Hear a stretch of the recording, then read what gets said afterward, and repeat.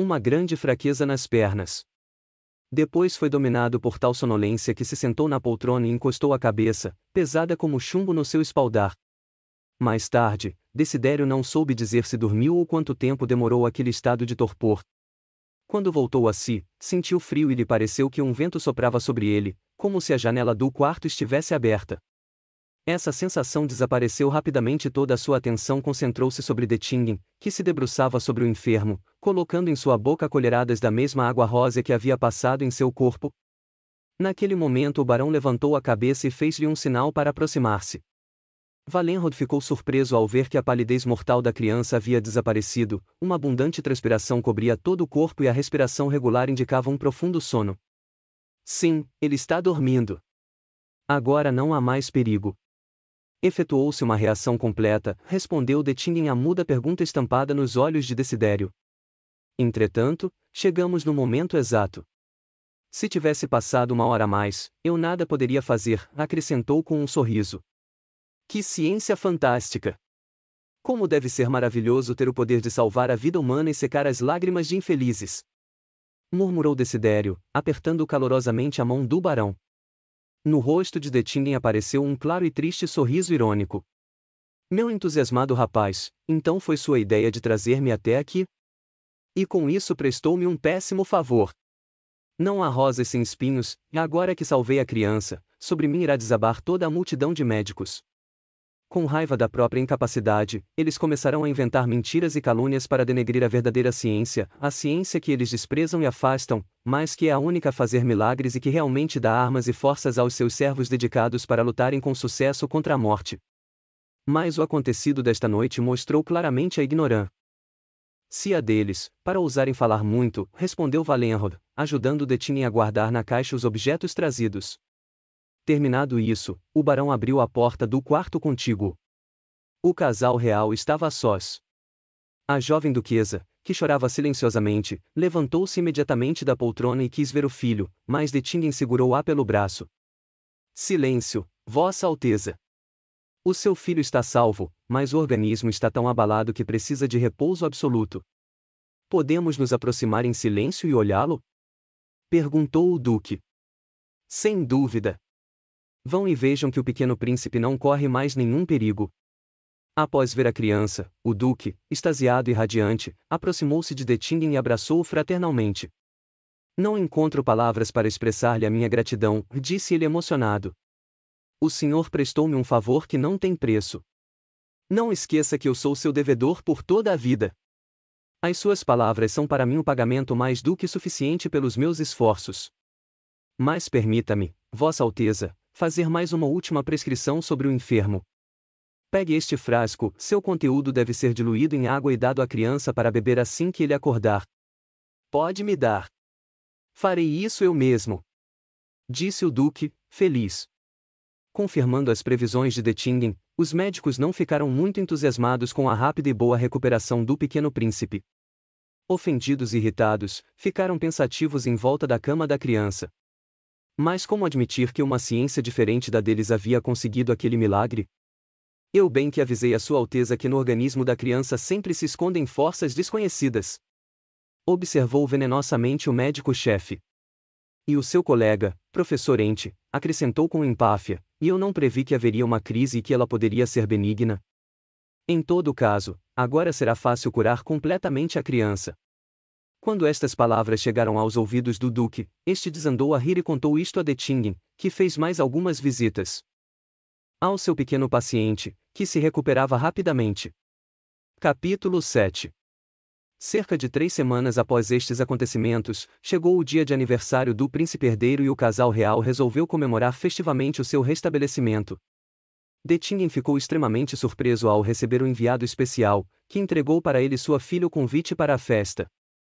O bilhete da duquesa, que acompanhava o convite, era tão amável e carinhoso que era praticamente impossível recusar. Mas esta honra pouco agradava ao barão.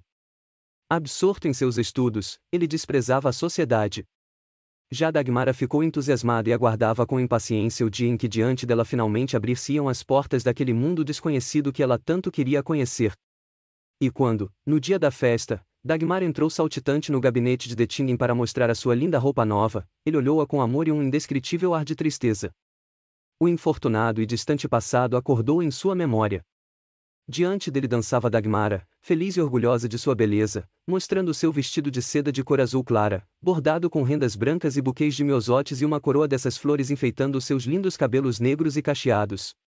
Você está adorável, minha pequena coquete, disse Dettingen com um bondoso sorriso. Mas, ainda falta algo no seu traje. Espere que eu vou completá-la. Ele abriu a gaveta da escrivaninha, retirou de lá um estojo e entregou-o a Dagmara. Ela abriu impacientemente o estojo, soltou um grito de felicidade ao ver um maravilhoso colar de pérolas orientais e pulou ao pescoço do barão num impulso de gratidão. Este balançou a cabeça, perguntando: Não me diga que você dá tanto valor a este enfeite? Isto não é um enfeite, papai, mas uma coisa maravilhosa e cara. Quando se entra na sociedade, então é agradável enfeitar-se. Além disso, você sabe como eu gosto de pérolas. No palácio, a jovem duquesa recebeu a adolescente condessa Elfenberg com especial atenção. A duquesa propôs a Dagmara participar do bazar e pediu a autorização de Dettingen. O barão foi obrigado a concordar, percebendo o olhar indócil e suplicante da filha adotiva e o fez com um profundo suspiro.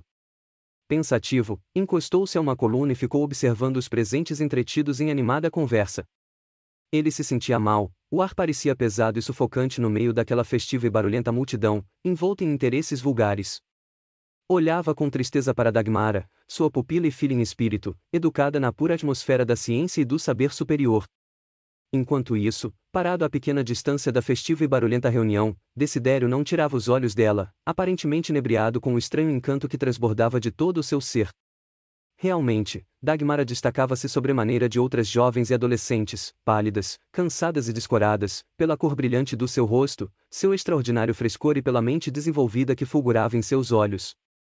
De repente, Dettingen estremeceu e o seu olhar preocupado começou a passar de Desidério para Dagmara e de volta. O que são estas correntes que se entrecruzam entre eles? Seriam traços análogos em suas frontes? Ou reflexos indicativos de relações que aconteceram em outras vidas? Pensou ele.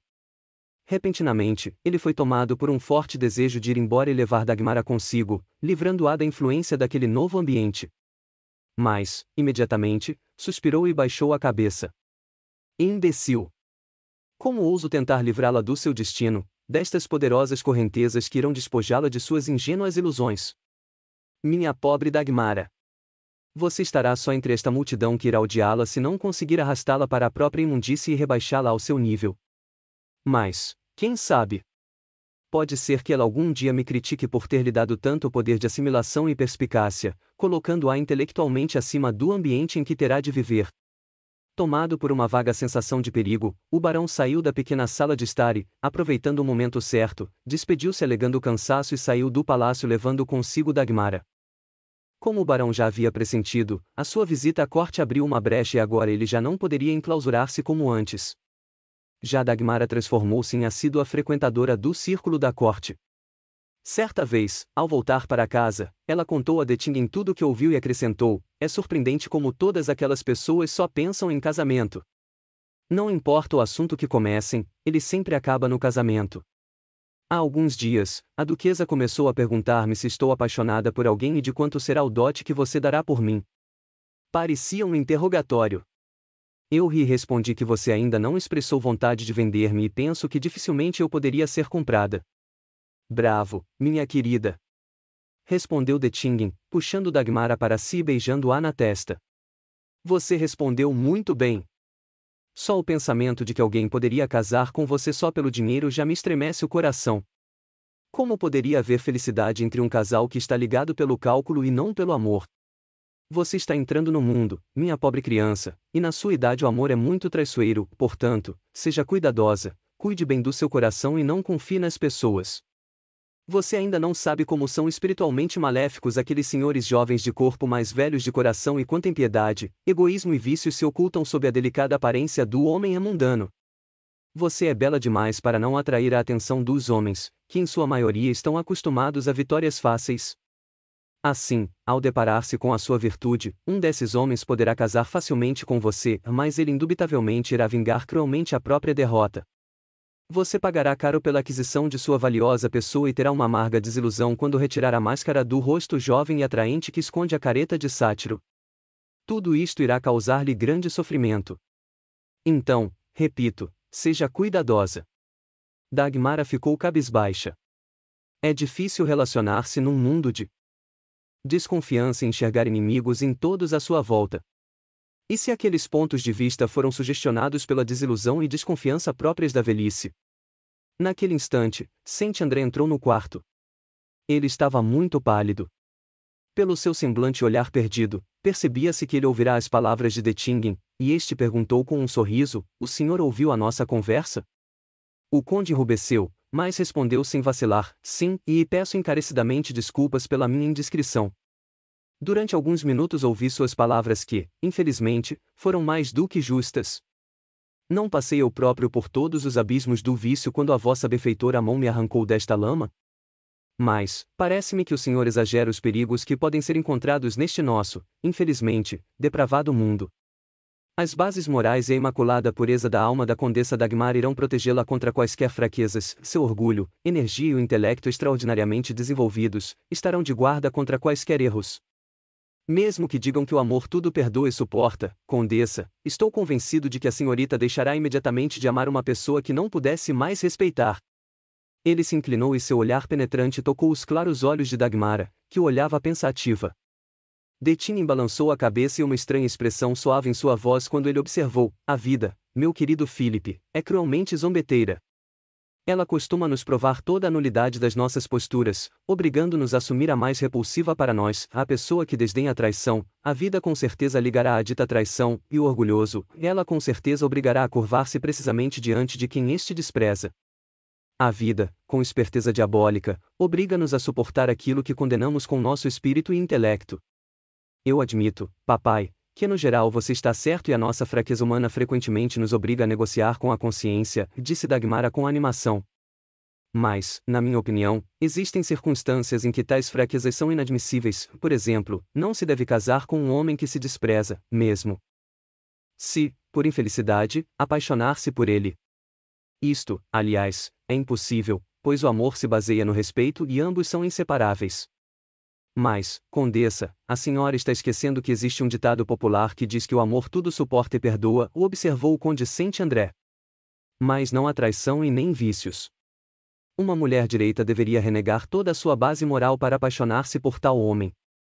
Percebe-se agora, Dagmara, que você nunca se apaixonou e não conhece este sentimento poderosíssimo que quebra todos os nossos princípios, como se fossem gravetos e nos submete à sua vontade, sem perguntar se gostamos disso ou não. É nas uniões matrimoniais que impera esta lei incompreensível, criando surpreendentes situações e gerando uma atração irresistível entre pessoas que tudo parece separar e, mesmo assim, eles, frequentemente contra a própria vontade, continuam atados um ao outro. O mais tragicômico é que ambos imaginam estar agindo livremente.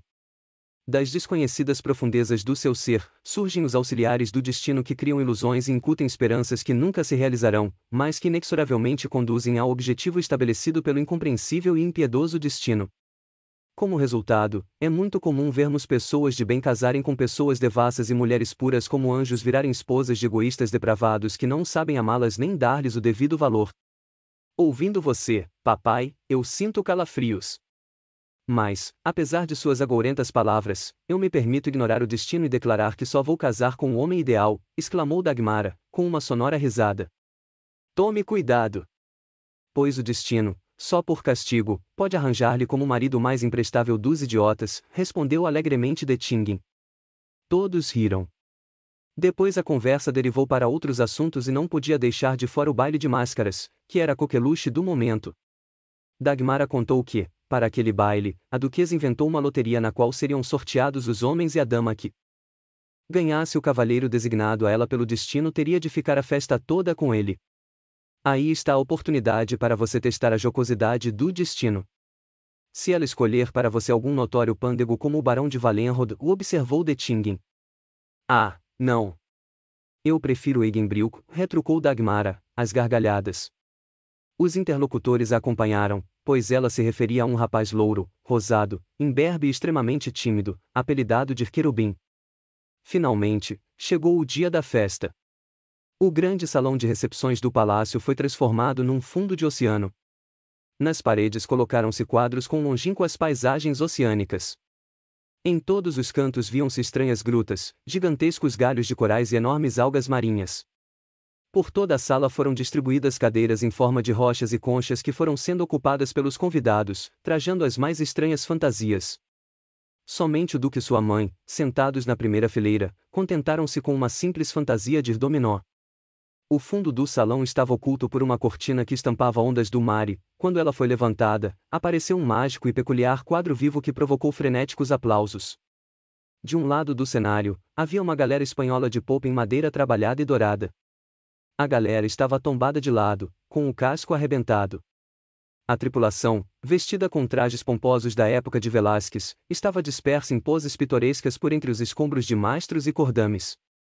Algumas sereias pareciam vagar por entre os afogados, examinando-os com curiosidade. Em frente ao navio destroçado, sobre um tablado alto, estava o trono da rainha do mar, que era interpretada pela própria duquesa. Ela estava inteiramente enrolada em gás e sobre a sua cabeça havia uma coroa de flores com lâmpadas elétricas ocultas. Os raios de luz refletiam no fundo róseo da concha que servia de trono. As sereias formavam belos grupos em volta e aos pés de sua rainha. Este belo quadro foi iluminado em sequência com fogos de artifício brancos, amarelos, azuis e verdes. De repente, as figuras, até então imóveis, adquiriram vida. As ninfas e sereias, como uma revoada de borboletas, espalharam-se pelo navio e começaram a retirar dele diversos objetos, que colocavam sobre rochas e folhas de enormes flores. Quando o bazar ficou pronto, a rainha desceu do trono e, por mímica expressiva, deu a entender que convidava para a festa todos os habitantes das profundezas e, através de sorteio, escolheria os cavalheiros para as suas damas. A seu sinal, os pequenos delfins trouxeram 2 vasos, num deles estavam nomes masculinos, no outro, os femininos. A duquesa retirava um bilhete de cada vaso e 2 tritões, ao som das trombetas, anunciavam os nomes dos pares que ficariam unidos por toda a festa. Começou uma divertida procissão que provocou a gargalhada geral. Diante dos convidados, passavam solenemente polvos, tartarugas, peixes de todos os tipos e até esponjas. Oferecendo o braço às encantadoras sereias, eles conduziam-nas ao centro do salão e enfileiravam-se para dançar a polonaiser que abriria o baile. Os afogados foram distribuídos por último e um deles foi sorteado para Dagmara. Ao ouvir o nome de Desidério, o rosto encantador da sereia enrubesceu e ela, emocionada, aproximou-se do seu afogado. À ordem da rainha, ela e suas colegas deveriam ressuscitar as vítimas do desastre. Muitos obedientemente ressuscitavam, como por exemplo, o querubim, que se levantou rapidamente mal a dama lhe encostou um dedo, mas muitos, e entre eles, Desidério, insistiam em não ressuscitar por mais que as sereias constrangidas insistissem. A duquesa, que naquela noite estava muito alegre, ria até as lágrimas, e finalmente, ordenou: para estes cadáveres teimosos devem ser tomadas medidas extremas. Eda, Rosa e Hermínia, beijem a testa dos pobres afogados. Este fluido vivificante irá obrigá-los a ressuscitar. As jovens inicialmente ficaram encabuladas. Mas logo a jovem Condessa Eda von Raven, dengosa e excêntrica, decidiu-se rapidamente e encostou os lábios nas negras mechas de cabelo do seu cavalheiro, que imediatamente abriu os olhos, e de joelhos, beijou o vestido e depois a mão de sua encantadora salvadora. As outras sereias, seguindo o exemplo, ressuscitaram rapidamente os seus afogados. Somente Desidério permanecia deitado, inerte. Dagmara, agitada, debruçou-se sobre ele, indecisa. Ela percebia que um vacilo prolongado poderia comprometê-la, pois aquela simples brincadeira adquiriria um significado mais profundo. Mesmo assim, ela não conseguia decidir se um estranho sentimento de repulsa passou em sua alma. De repente, ela teve uma ideia. Pegando rapidamente o seu leque de penas, fez com ele uma leve cócega nas narinas do barão. E, imediatamente, um forte espirro anunciava que o último afogado fora ressuscitado. Na sala houve uma explosão de gargalhadas, e o duque gritou alegremente: bravo, fada Viviana! É isto que eu chamo de saída diplomática de uma situação crítica.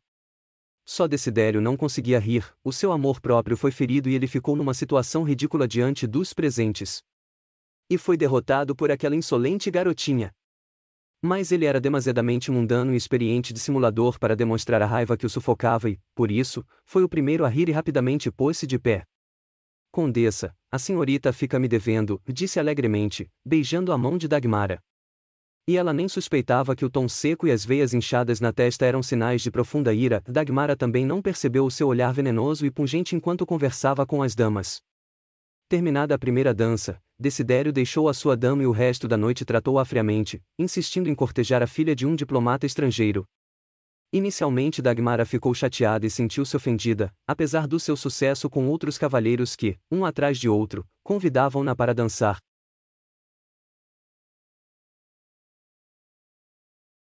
Desidério, apesar da raiva, não perdia de vista a dama que abandonou e ficava especialmente aborrecido com a corte de Domberg. Ele desprezava o jovem colega pela sua origem e sempre teve em relação a ele uma frieza contida, o que os mantinha afastados. Dagmara captou um desses olhares de desprezo, mas a baronesa Sester, sentada perto dela também era muito observadora. Enquanto Domberg foi buscar sorvete, ela comentou, rindo, com a vizinha, parece que Valenrod ainda não perdoou Domberg. Mas eles estão brigados? Surpreendeu-se Dagmara. Não, mas Domberg roubou dele uma atriz de circo. Fritz Domberg é rico, enquanto Desidério é obrigado a pagar mais com sentimentos do que com o bolso. Os homens não esquecem tais coisas. Capítulo 8. Passaram-se 6 semanas desde o baile de máscaras. Dagmara continuou a visitar a corte, mas com menor assiduidade. Ela voltou aos seus estudos e a sociedade mundana desiludiu-a de tal forma que, de tempos em tempos, ela própria se surpreendia com isso. Domberg continuava a cortejá-la e, aparentemente, procurava uma oportunidade para apresentar-se a Dettingen. Já Desidério só apareceu uma única vez na vila, numa visita oficial como enviado da duquesa. Tal era a situação quando ocorreu algo inesperado.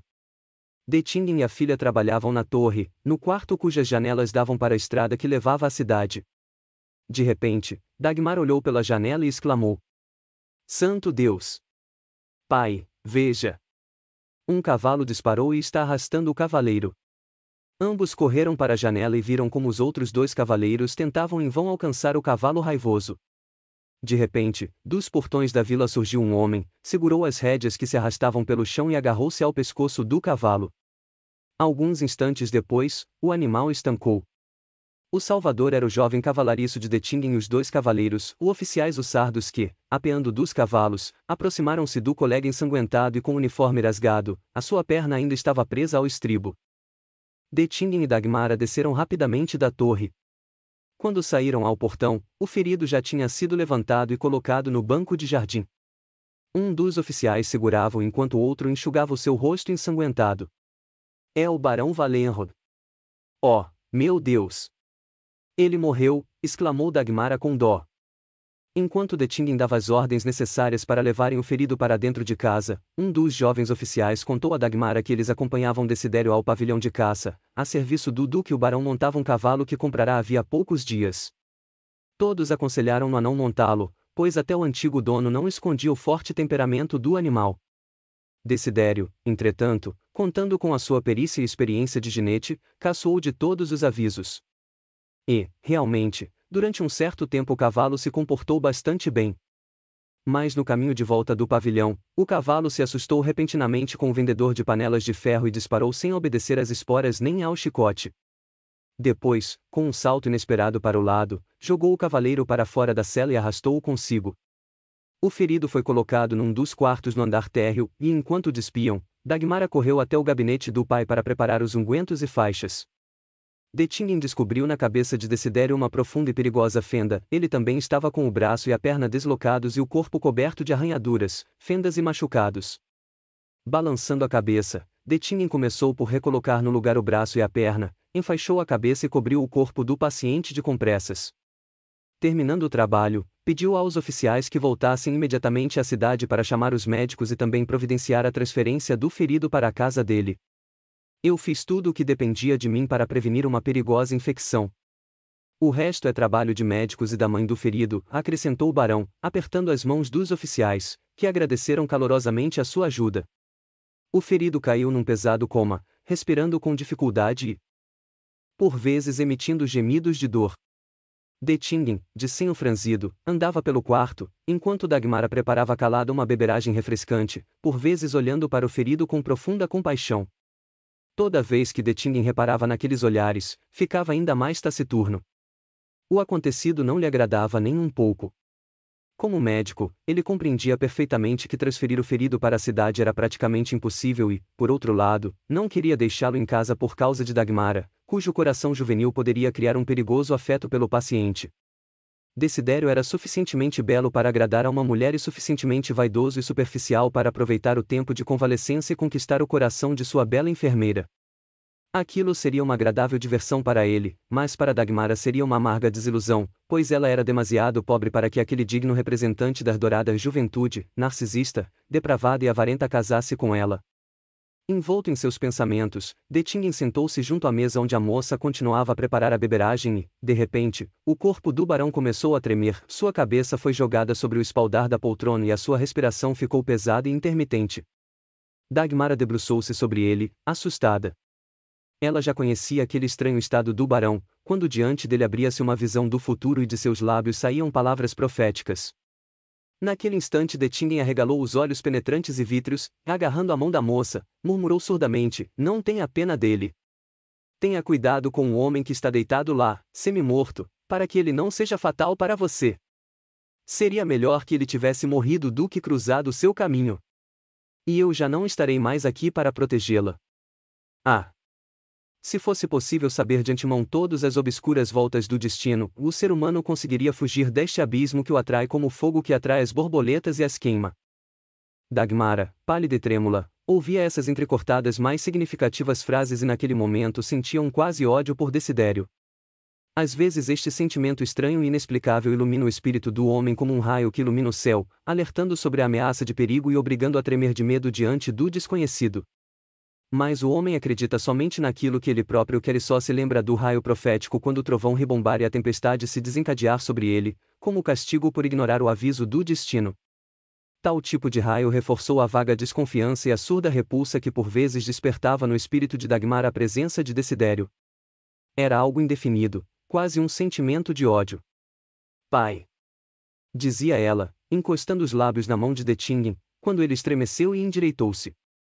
"Eu nunca vou me separar de você. Nunca vou amar ninguém e nem casar com um homem que você diz ser fatal para mim e que irá nos separar." Sem nada responder, Dettingen abraçou-a carinhosamente. Algumas horas depois, chegou o cirurgião da corte acompanhado de outro médico e uma enfermeira. Mas o estado de Desidério piorava nitidamente. Após um cuidadoso exame, ambos os homens da ciência declararam que o seu estado era irremediável. "Eu não sou médico, mas me parece que ele pode ser salvo", observou Dettingen. O cirurgião-chefe sorriu com desdém. "Dizem que o senhor é um mago. Pode ser, barão, que a sua ciência misteriosa consiga parar a inclemente morte que bate à porta deste quarto, mas nós, simples mortais, devemos reconhecer a nossa incapacidade de salvar este jovem. O crânio está fendido e a perda de sangue é enorme, portanto, tudo aponta para uma inflamação cerebral, cujo resultado será fatal. Vejo-me na obrigação de avisar a baronesa Wallenrod sobre o estado desesperador de seu filho. Dar-lhe esperanças significaria somente reforçar o choque que a espera. A baronesa está viajando. Mas o conde Saint-André comprometeu-se a avisá-la do infeliz acidente assim que ela voltar, hoje à noite, acrescentou o outro médico. O dia transcorreu com dificuldade. Desidério teve febre e delirava, contorcendo-se na cama. Por vezes seus altos gemidos chegavam ao gabinete de trabalho onde Dettingen, preocupado, andava taciturno de um canto para outro, parando a cada vez que a voz do paciente chegava até ele. Por fim, ele jogou-se na poltrona e fechou os olhos. "Meu Deus! O que fazer? A vida deste homem está em minhas mãos. Mas devo eu salvá-lo, sabendo que isto será fatal para Dagmara? Meu Deus! O destino cruel quis que ele quebrasse a cabeça diante dos meus olhos e trouxe-o para morrer justamente sob o meu teto. Estou na posição de um homem que vê alguém se afogando e deixa-o morrer por não querer molhar as mãos. Ah, minha ciência! Você, sabedoria de mago, que aceitei como benéfica, está pronta para fazer de mim um criminoso. Por que fui ter este conhecimento fatal, que me condena a tal sofrimento? Por que não conservei a fé pura, a simples credulidade que tudo espera do céu? Sim, Hegel estava certo, somente a fé é que traz felicidade. Ó, Jesus, o mais misericordioso e sábio dos enviados divinos! Somente agora compreendo a profundidade de suas palavras, bem-aventurados os puros de coração e os pobres de espírito. O quarto ficou em silêncio por muito tempo, quebrado somente pelos profundos suspiros do velho. De repente, Dettingen estremeceu. Um sopro leve passou pela sua face e uma voz surda, como se chegando de muito longe, sussurrou-lhe ao ouvido: "Você é um cego." Em vez de perceber nisto uma provação, culpa a ciência, mas não esqueça que, em relação a esta última, você tem obrigações. Seu dever é aplicar o conhecimento em todo lugar onde se deparar com alguém doente. Dettingen permaneceu sentado imóvel, prestando atenção ao leve crepitar que se ouvia no quarto e que por instantes transformava-se num harmônico e longínquo badalar de sino. A luz da lâmpada sobre a escrivaninha apagava-se aos poucos e o abajur azul claro jogava profundas sombras, e perto da janela, começou a formar-se uma névoa fosforescente. De repente, a pesada cortina da janela se abriu, deixando entrar um raio de luar que iluminou a esbelta figura de cera de um homem vestido de branco. O rosto do estranho visitante, bronzeado e ostentando uma pequena barba negra e crespa, destacava-se por sua incrível beleza. Os grandes olhos negros e penetrantes brilhavam tanto que era difícil suportar por muito tempo seu olhar. A mão transparente com finos dedos segurava as dobras macias, sedosas e finas de sua túnica. No seu dedo indicador havia um anel com uma pedra que brilhava como safira. Ao vê-lo, Dettingen levantou-se e, com os braços em cruz, fez uma profunda reverência. "Mestre! Você veio pessoalmente para tirar-me as dúvidas? Você sentiu a tristeza da minha alma? Oh, diga-me, ordene. Devo ou não, a serviço da ciência, executar este ato misericordioso e salvar o corpo já condenado à destruição?" O misterioso visitante balançou a cabeça. "Não, não vim aqui para ordenar, mas sim conversar sobre as dúvidas que obscurecem seu espírito. Você tem medo de acionar a roda do destino e colocá-lo em movimento fatal? É esta a conclusão humana que o detém?" "Sim, mestre, pois prevejo consequências fatais para um ser que amo muito." Respondeu surdamente Dettingen. "Se o caso fosse somente comigo, não vacilaria em salvar a vida deste homem.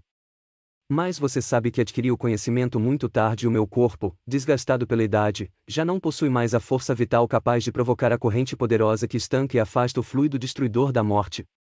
Você sabe quem eu devo utilizar para salvar o ferido. Tenho eu o direito de utilizar a vítima para salvar o carrasco? Tenho eu o direito de sacrificar uma criatura pura e inocente, cheia de nobres aspirações, para livrar da morte um homem egocêntrico, gélido de coração e estragado por influência da sociedade devassa, que provocará uma tempestade destruidora na vida de sua salvadora? Mestre! Nos pratos da balança foram colocadas duas vidas e ambas têm direito à existência. Mas qual delas devo condenar, uma ao sofrimento, e a outra, à aniquilação? Ordene, mestre, e pela força do seu saber superior, o seu servo irá obedecer-lhe." O misterioso visitante novamente balançou a cabeça. "Você se engana. Eu não tenho o poder de decidir o destino das pessoas. Eu próprio sou somente um servo das leis superiores que tudo dirigem. Tal como você, eu também aceitei o lema: aplique o conhecimento que lhe foi transmitido onde aparecer a ocasião. Você prevê um futuro de sofrimentos e grandes provações para sua filha e acha que não tem o direito de sacrificá-la para salvar o seu futuro algoz? Mas tem certeza de que ela é somente uma vítima e não uma devedora, condenada a pagar uma velha dívida? Ou você se esqueceu das existências passadas e da terrível e implacável lei do karma? Quem gera, com uma má ação, uma certa corrente kármica, deve arcar com as consequências. Não é o acaso, mas a ação desta lei que colocou Dagmar frente a frente com o Barão Valenroll e juntou à sua volta todos os personagens do drama do passado no qual você também tomou parte. Não tenho permissão para desvendar-lhe os pormenores do que se passou, mas saiba que você e sua filha jogaram na lama um homem que, ainda hoje, sente por você um surdo ódio, e neste corpo, ele adquiriu e desenvolveu muitas daquelas mais qualidades que, atualmente, você lhe apregoa. Por ódio e lucro vocês acabaram matando aquele que agora podem salvar. Eu lhe proíbo qualquer alusão à sua filha sobre o que acabei de revelar-lhe. Ela se aperfeiçoou no espaço e, antes de reencarnar novamente, decidiu redimir terminantemente a sua culpa para libertar-se do fardo do passado. Mas a lei kármica é terrível pelo fato de nunca deixar a pessoa saber o que houve e o que irá acontecer, e está obrigada a extrair de dentro de si forças e compreensão para resolver o problema, pagar o mal com o bem, amar aquele a quem odiava, sacrificar-se e superar o egocentrismo que provoca a indignação. A pessoa, muitas vezes, não consegue suportar a sua aprovação, mas para Dagmar esta aprovação é atenuada pela sua compreensão do mundo invisível e da alta ciência que revela a lei que dirige os nossos destinos. Não me diga que você é tão presunçoso que acredita ter forças para parar ou postergar a fatalidade. Não se iluda. O destino é inalterável. Ele nos persegue como se fosse a nossa própria sombra, encontrando sempre para as provações tipos, situações ou ferramentas e gerando os sofrimentos necessários para a aniquilação da carne e a libertação do espírito dos grilhões corpóreos. No lugar do perseguidor que você quiser eliminar, aparecerão outros 10. O que está predeterminado deve realizar-se para que o espírito teste as forças adquiridas na sua luta perene. Eu lhe contei. Agora, você deverá julgar e decidir como cumprir a sua obrigação. Você tem ainda 3 noites para decidir se deseja servir a ciência. A luz do dia já se esgueirava através da cortina entreaberta da janela, quando Detinen acordou do profundo sono. Ele endireitou-se vagarosamente, enxugou a testa molhada de suor e encostou-se na mesa. Nesse instante, chegou aos seus ouvidos o gemido surdo do ferido e ele estremeceu. Oh! Por que eu não permaneci ignorante? Esta traiçoeira e maliciosa ciência! Por que fui levantar o véu que ocultava os mistérios? Murmurava com amargura. Depois, o barão chamou o velho mordomo e, vestindo-se, foi ver o ferido. A enfermeira queixou-se de que o paciente passará uma noite muito agitada e declarou que o médico, que fazia pouco havia se retirado, não deu nenhuma esperança de recuperação. Detingen, calado, aproximou-se da cama e, franzindo o senho, começou a olhar para o paciente, deitado em pesado coma. Seu rosto ardia, os lábios estavam ressecados e os olhos afundados. O barulho de rodas de carruagem chegando arrancou o barão de seus tormentosos pensamentos. Ele saiu rapidamente do quarto e dirigiu-se à sala de visitas, imaginando que havia chegado a mãe de Desidério. Dagmar entrou na sala ao mesmo tempo que ele o abraçou. Ela estava muito pálida e, aparentemente, passará a noite em claro. Perguntou imediatamente sobre o paciente, mas Detingen não teve tempo de responder-lhe, pois entrou um dos criados para informar da chegada da baronesa von Wallenrod e do conde Saint-André. Dagmar dirigiu-se amavelmente à recém-chegada, mas de repente estancou e ficou confusa, olhando-a de maneira hostil. Aquela mulher alta, gorda, de rosto inchado e vulgar, com um olhar frio e severo, despertou imediatamente nela lembranças adormecidas. Ela lembrou que essa mesma mulher era o espantalho de sua infância e isto então significava que Desidério era exatamente aquele menino com quem ela brincava quando vivia na casa dessa mulher. Todos esses pensamentos e recordações passaram como um raio na mente de Dagmar, enquanto Detingen amavelmente cumprimentava a baronesa Wallenrod. Permita-me, senhora, apresentar a minha filha e lamentar que, somente devido a esta triste situação, tenho o prazer de receber a sua visita, disse ele de modo amável mais contido. Pela aparência calma da recém-chegada, o barão concluiu que ela ainda não sabia da verdade. Pois é, foi um acontecimento lamentável, respondeu calmamente a baronesa. Foi um caso terrível. A senhora já sabe do grave estado do seu filho? Devo informá-la disso antes de conduzi-la a ele. O rosto rosado da baronesa empalideceu imediatamente. Disseram-me que ele se machucou um pouco e o senhor me fala de estado grave. Oh! Fui enganada. Ele morreu? Exclamou a baronesa, apertando convulsivamente as mãos de Detingen. Calma, minha senhora. Seu filho ainda está vivo e vou levá-la até ele, mas o estado dele é desesperador e necessita de repouso absoluto. A baronesa ficou parada por instantes, toda trêmula, de repente, sua volumosa figura oscilou e caiu na poltrona num forte ataque de nervos. Ela enlouqueceu, soltando gritos, rindo histericamente e arrancando seus próprios cabelos. Detinen pediu para Dagmar buscar um remédio apropriado, enquanto ele próprio, com a ajuda de Saint-André, segurava a baronesa. A moça, assustada, correu até o laboratório e trouxe alguns fortes remédios que fizeram a baronesa voltar a si. Quando ela prometeu controlar-se para não ter manifestações de infelicidade tão agitadas, Detinen levou-a ao quarto do paciente, mas ao ver o filho terrivelmente mudado, ela fraquejou novamente. Caindo de joelhos diante da cama, ela encostou o rosto no cobertor e tentava conter o choro convulsivo que estremecia todo o seu corpo. Era, provavelmente, a primeira vez que esta mulher, mãe egoísta, sentia-se profunda e sinceramente infeliz. O olhar ausente de Desidério feriu-a bem fundo no coração. Dagmar, que o seguia em silêncio, apertou-se a Detingen. No seu coração generoso e bom surgiu uma profunda solidariedade e ela esqueceu o sentimento hostil e de repulsa que tivera pela baronesa 15 minutos atrás. Seus olhos estavam cheios de lágrimas quando ela olhou suplicante para Dettingen e sussurrou emocionada: Papai! Será que a nossa ciência não pode salvá-la? Quantas vezes já tiramos pessoas dos braços da morte? Será que desta vez não conseguiremos? Dettingen estremeceu e, abraçando Dagmara, respondeu em voz baixa e trêmula: Nós tentaremos salvá-lo. O dia transcorreu sob grande tensão.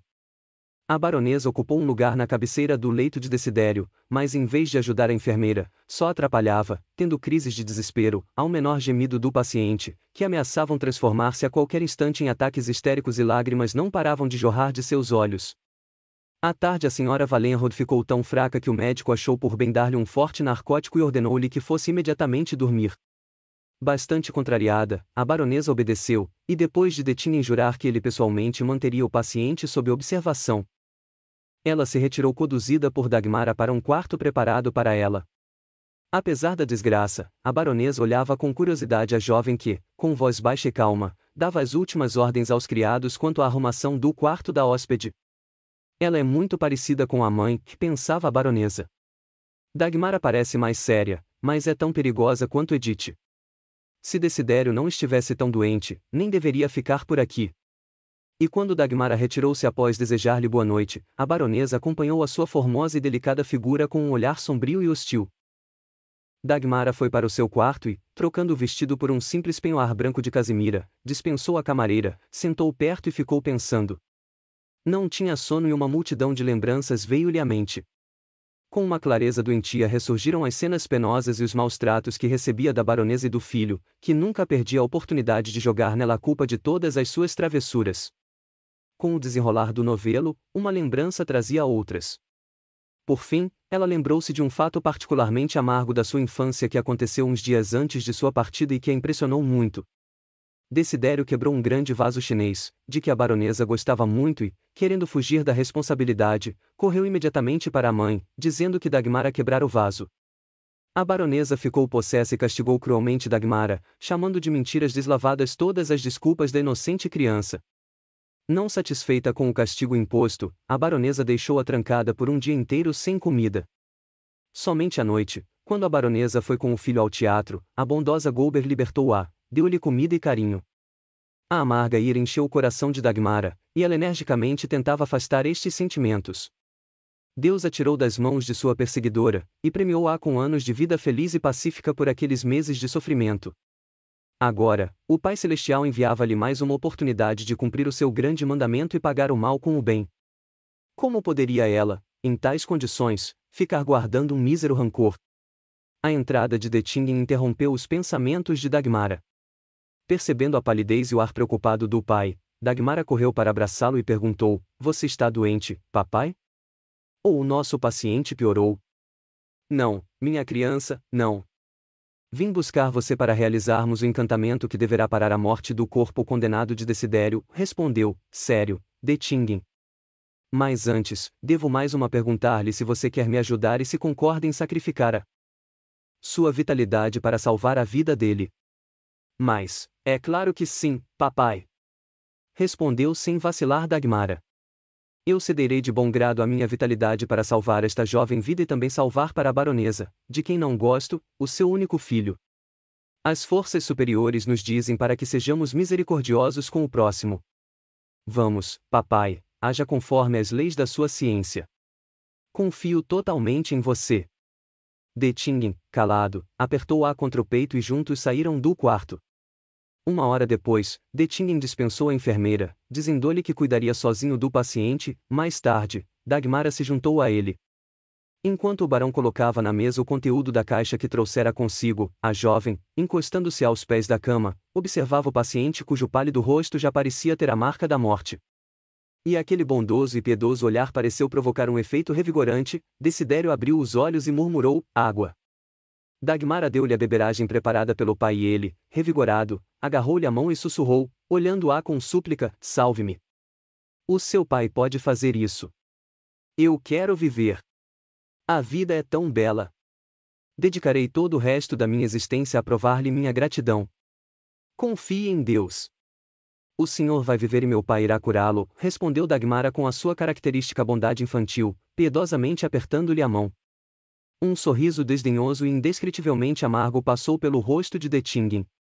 Sua voz soou severa, quando ele disse, aproximando-se do paciente: a gratidão, meu jovem amigo, é um dos mais raros dons dos céus. Em geral, a pessoa esquece o bem obtido, logo que não precisar mais dele.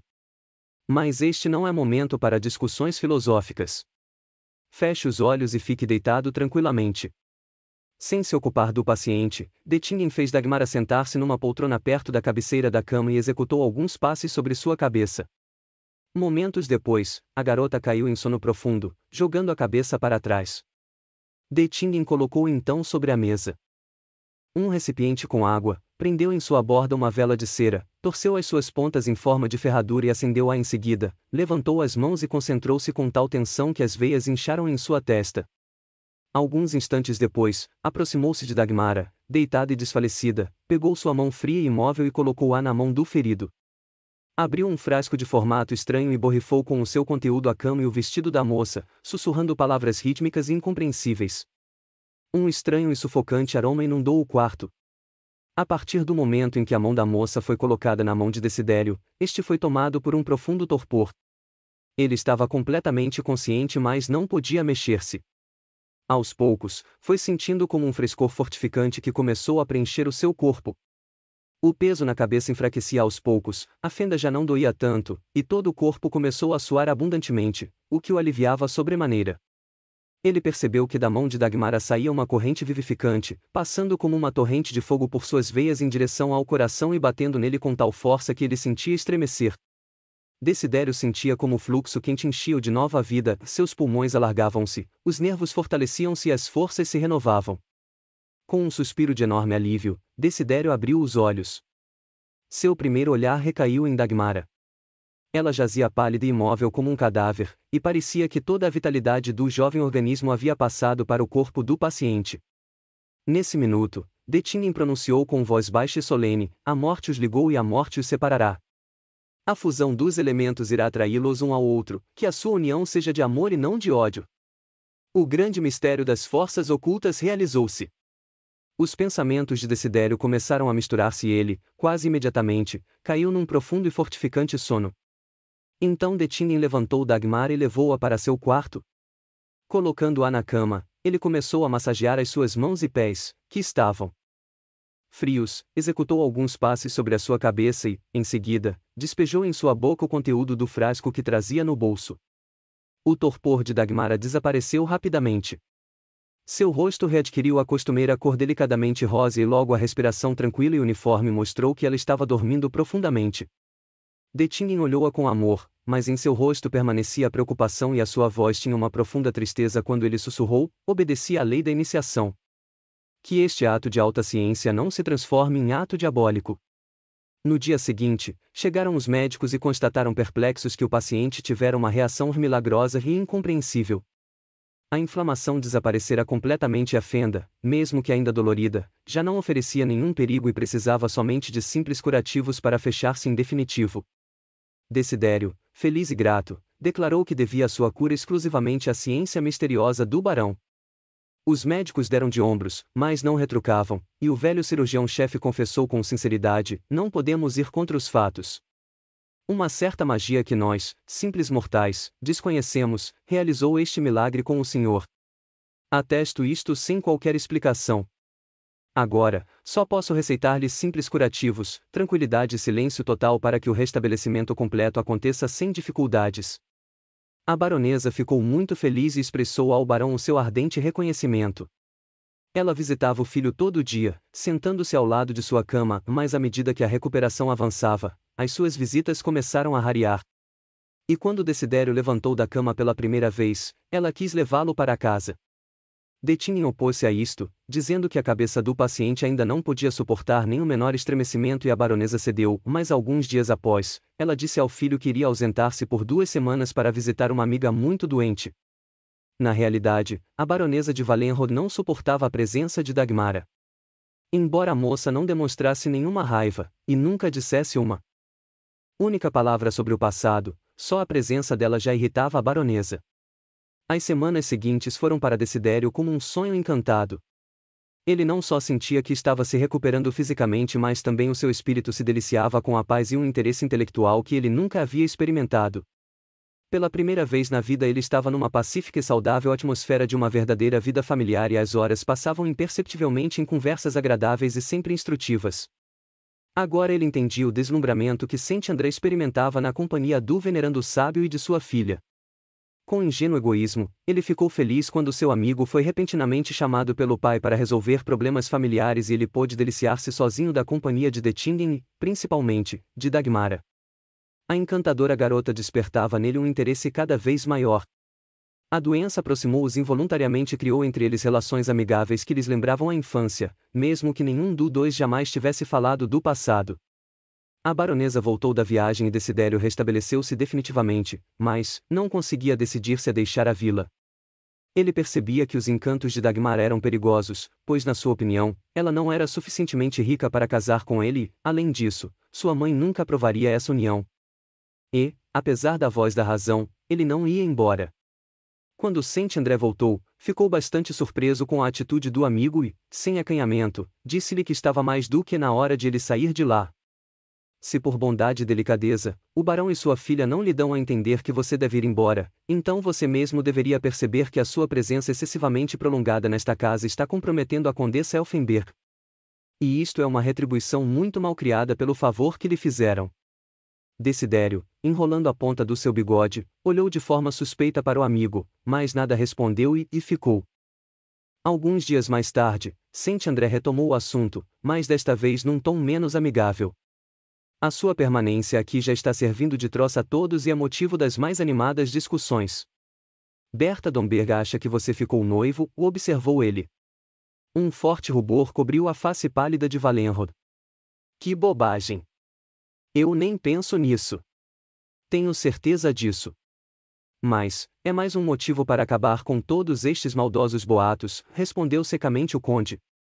Devo dizer-lhe que, ontem, na casa da baronesa Sexter, a sua mãe disse que não sabe como arrancar o filho das garras do feiticeiro, que o mantém aqui na esperança de capturá-lo para sua pupila, enquanto esta testa em você a força de suas poções mágicas.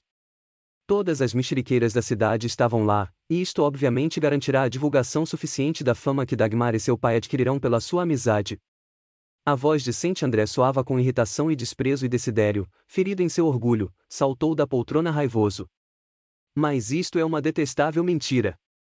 Não posso acreditar que minha mãe pudesse dizer palavras tão injustas e de pouco tato. Exclamou irado. Você poderá verificar isso facilmente. Só estou transmitindo o que ouvi no clube de oficiais, respondeu secamente o conde. No dia seguinte Desidério deixou a casa hospitaleira onde lhe salvaram a vida. Da parte de Dettingen e sua filha a despedida foi amigável e da parte de Desidério foi calorosa. Ele recebeu o convite de visitar a vila quando seu serviço e as obrigações mundanas o permitissem. Ao chegar em casa, ele sentiu um estranho vazio e a lembrança de Dagmar a perseguia-o de forma doentia. A calúnia espalhada pela mãe era extremamente desagradável e, mesmo que ele nem pensasse em casar com Dagmara, a ideia de que Saint André pudesse fazê-lo deixava-o furioso. Ele começava a sentir uma certa hostilidade pelo conde e já alimentava um ódio por Friedrich Domberg, que cortejava Dagmar abertamente. Apesar da cena agitada com a mãe, Desidério continuou a frequentar assiduamente a vila. Dagmara recebia-o amigavelmente como também o barão, que não prestava atenção a boatos, mas Wallenrod, para desarmar as más línguas e esconder da sociedade as suas intenções, passou também a frequentar a casa dos Domberg. Ele manobrou com tanta perícia, que logo ninguém mais sabia se ele preferia Berta ou Dagmara. Tal era a situação, quando surgiu na cidade uma nova beldade que atraiu a atenção do jovem pândego. O posto de engenheiro-chefe das minas de carvão, próximas à capital e de propriedade do duque, foi ocupado por um nativo do norte, um certo von Rambach. Antes, ele administrara com sucesso grandes minas e ficou famoso com o livro que escreveu sobre extração de carvão. Sua indicação provocou uma surda insatisfação entre os engenheiros locais e ele foi recebido com hostilidade, mas Rambach parecia não notar isto. Era um homem entre 45 e 50 anos, míope, pouco comunicativo, desajeitado, e tão ocupado com a própria especialidade, que, para ele, nada existia além disso. A sua esposa, em compensação, foi reconhecida por todos como muito amável e encantadora. Dina von Rambach era uma mulher da sociedade e era tão alegre e amável quanto seu marido era calado e contido. Visitando a todos, obrigou toda a cidade a falar dos seus luxuosos vestidos. Logo a sua sala de visitas transformou-se no centro dos maiores representantes do mundo financeiro e burocrático e, principalmente, da juventude dourada, da qual fazia parte Desidério Wallenrod. E foi por ele que Dina von Rambach ficou sabendo da vila egípcia, que a espantou pela sua original arquitetura e porque lá moravam Dettingen e sua filha adotiva. Como? Então Dagmar Elfenberg mora aqui? Surpreendeu-se Dina. Ela é minha amiga de infância, e vou visitá-la amanhã mesmo. Tenho as melhores lembranças do seu caráter maravilhoso. Desidério não via por que para ele poderia ser desagradável a possibilidade de uma amizade entre Dagmar e Dina von Rambach e ofereceu-se para acompanhá-la, mas Dina recusou sua proposta, dizendo que preferia ir sozinha e avisar Dagmar por carta da sua visita. Quando, no dia seguinte, Dina chegou à vila, Dagmar a viu da janela e correu para receber sua antiga amiga no saguão. Enquanto elas se dirigiam à sala de visitas, ambas olharam-se com curiosidade. Como você ficou linda, Dina! Exclamou Dagmar. E que maravilhoso chapéu! Vejo que seus gostos não mudaram nem um pouco, acrescentou, rindo. Da semente de carvalho só pode nascer um carvalho. Eu permaneci excêntrica como sempre. E você, minha pequenina santinha, transformou-se em fada Viviana, a dona do castelo Ebrocelion, respondeu alegremente Dina. Diga-me, continua a manter contato com a família dos Reigen? Perguntou ela, após um instante de silêncio. Claro que sim. Nós nos correspondemos regularmente no verão passado. O tio e a tia vieram visitar-nos. Eles envelheceram muito e se sentem solitários. Felizmente, Alfredo foi designado como auxiliar do tio Gotthold. Isto foi uma grande alegria para eles. E por onde anda o filho mais velho, o Lothar? O que aconteceu com ele? Perguntou surdamente Dina. Com ele não tive nenhum contato desde que saiu do pastorado. Ouvi dizer que se formou médico e já goza de ótima reputação. Dina passou a mão no rosto, como se quisesse espantar um pensamento incômodo e, em seguida, mudou de assunto. Com a sua peculiar animação, contou a Dagmar que, após fugir da casa do pastor, ela ficou alojada na casa de outra parente, uma mulher severa e séria, que a vigiava como a uma prisioneira. E foi na casa daquela mulher que ela conheceu o marido, aceitando casar-se com ele para livrar-se daquela situação. Ernest é um molenga. Avarento, ciumento e insuportável. Mas aceitei ser sua esposa, para obter o status de mulher casada. Além disso, a sua riqueza seduziu-me. Infelizmente, em vão. Não recebi o quanto imaginava. Digamos que o matrimônio tem algumas qualidades, mas ele é também uma humilhante escravidão. É muito difícil pagar o pão de cada dia obtido desta forma, acrescentou Dina. E com uma franqueza que provocou um mal-estar em Dagmar, ela contou algumas cenas desagradáveis de sua vida conjugal. O ódio ao marido, que soava em cada palavra, espantou e entristeceu a jovem. Pobre Dina! Vejo que o luxo e os prazeres não lhe trouxeram felicidade. Mas por que não esperou? Talvez encontrasse uma pessoa de que gostasse. Parece-me horrível viver com uma pessoa que você odeia. Os olhos negros de Dina faiscaram e ela soltou uma sonora gargalhada. A ira e a tristeza soaram em sua voz quando disse, minha ingênua fada Viviana. E você ainda acredita no amor? Isto só é possível dentro das paredes do seu castelo encantado. Na vida real as pessoas são dirigidas pela ambição, cálculo, hipocrisia e sensualidade. A única satisfação verdadeira que a vida nos dá é a riqueza e a vingança. Dagmar, você não imagina a alegria que se sente quando conseguimos vingar-nos de alguém que nos ofendeu. Lembra que tive um noivo antes da minha mudança para a casa do pastor? Quando meu pai faliu e morreu, a família dele deu-me as costas com desprezo. Imagine que, no ano passado, encontrei-o em Berlim. Ele sempre foi loucamente apaixonado por mim e se arrastou aos meus pés, como um verme, implorando perdão. Eu permaneci impassível e senti-me triunfante, vendo o seu sofrimento. Lembro-me também de outro homem, o Reiger. Ele prometia casar comigo, mas depois, achando-me incômoda, mandou-me ficar com a tia. A voz de Dina soava com ódio e seus dentes brancos mordiam nervosamente o lábio inferior. Lembre-se, Dagmar, de que todos os homens são cruéis, egoístas, devassos e traidores. Contra eles a mulher tem o direito de utilizar todo tipo de esperteza e mentira. O seu famoso amor nada mais é do que uma baixeza calculada ou um capricho momentâneo. E, somente quando você começar a pagar-lhes na mesma moeda, passando a maltratar e enganar da mesma forma que eles nos enganam e, depois, jogá-los fora como um lenço usado, somente então você será feliz, todos admirarão e eles começarão a arrastar-se aos seus pés e permitirão com prazer que você os chute. Os olhos de Dina faiscavam sombrios e o ódio e a amargura deformaram o seu bonito rosto. Dagmar olhava-a com horror. Sua natureza pura e harmônica era incapaz de descer ao abismo cavado no espírito sensual de Dina pelas mais tendências naturais do gênero humano e da esperteza. Dina percebeu o que Dagmar sentia e, agarrando-lhe a mão, apertou-a sofregamente. Eu lhe inspiro medo e repulsa, não é verdade? Isto porque você permaneceu com a alma pura e sem vícios, pois o seu benfeitor compôs a essência do seu caráter. Mas o ideal que você almeja, e que não existe na terra, fará de você uma infeliz. E você, desarmada, cairá sob os golpes dos maus. Creia-me, não sou mais aquela doida pensionista, sou uma mulher madura pela experiência e não pela idade. Já bebi da taça dos prazeres da vida, por vezes com paixão, por vezes com ódio, e convenci-me de que se deve sempre estar alerta, sempre pronta para defender-se dos inimigos que nos cercam. Cada uma das pessoas que lhe aperta a mão com sorrisos e adulações, a jogará na lama e a caluniará assim que você virar-lhes as costas. Todos vão invejá-lo em tudo, até em seus pecadinhos, que condenam não por temerem o mal, mas somente porque não podem competir com você ou porque estão impossibilitados de pecar. Não me repudie, Dagmara, sinto-me bem demais na atmosfera pura que a cerca. Perto de você não preciso fingir, nem mentir e isto, às vezes, é muito difícil. Nas últimas palavras de Dina percebia-se verdadeiramente todo o caos que reinava em sua alma. Dagmara, comovida, beijou-a solidariamente. Venha visitar-me sempre. Juntas tentaremos restaurar o equilíbrio do seu espírito.